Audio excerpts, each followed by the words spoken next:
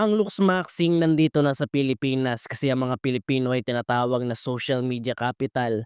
Kaya alam ng Pilipino ang looksmaxxing at sa tingin ko ako lang ang pioneer na makakagawa ng looksmaxxing tutorial para sa mga Pilipinong kababayan ko.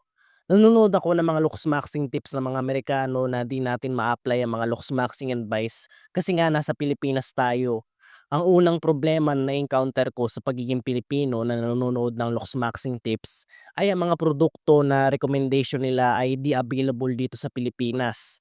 Pangalawa, dahil nga Pilipino tayo, laki ako sa pagtitipid kasi ang looksmaxxing ng mga Amerikano ay magastos na may-explain ko sa inyo mamaya lang. So ang product na recommend ko sa video na ito ay as possible ay recommend na murang product kasi sa foreign product na mahal. At pangatlo, ang skin type dahil ibang skin type ng Pilipino. Huwag kang magalala, nag-research ako ng anong mas common skin type nating mga Pilipino ay oily dahil nasa tropical country tayo. At pang-apat ay ang pagdiband sa toxic mindset nating mga Pilipino. Actually, pag ginagawa mo ang mga routine ng pagpapapogi, na pagkakamalan kang bakla ng mga magulang mo, kaklase mo at kaibigan mo or workmates mo. Kasi ang media dito sa Pilipinas ay nagpo-promote ng kabaklaan.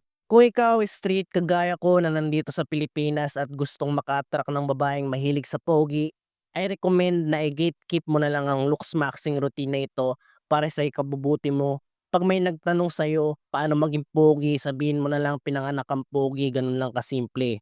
Kasi ang realidad, kung di mo tinake care ang looks mo, magmumukha kang tae. Kaya kailangan may looks maxing routine ka araw-araw para maging pogi ka. Yun ang realidad.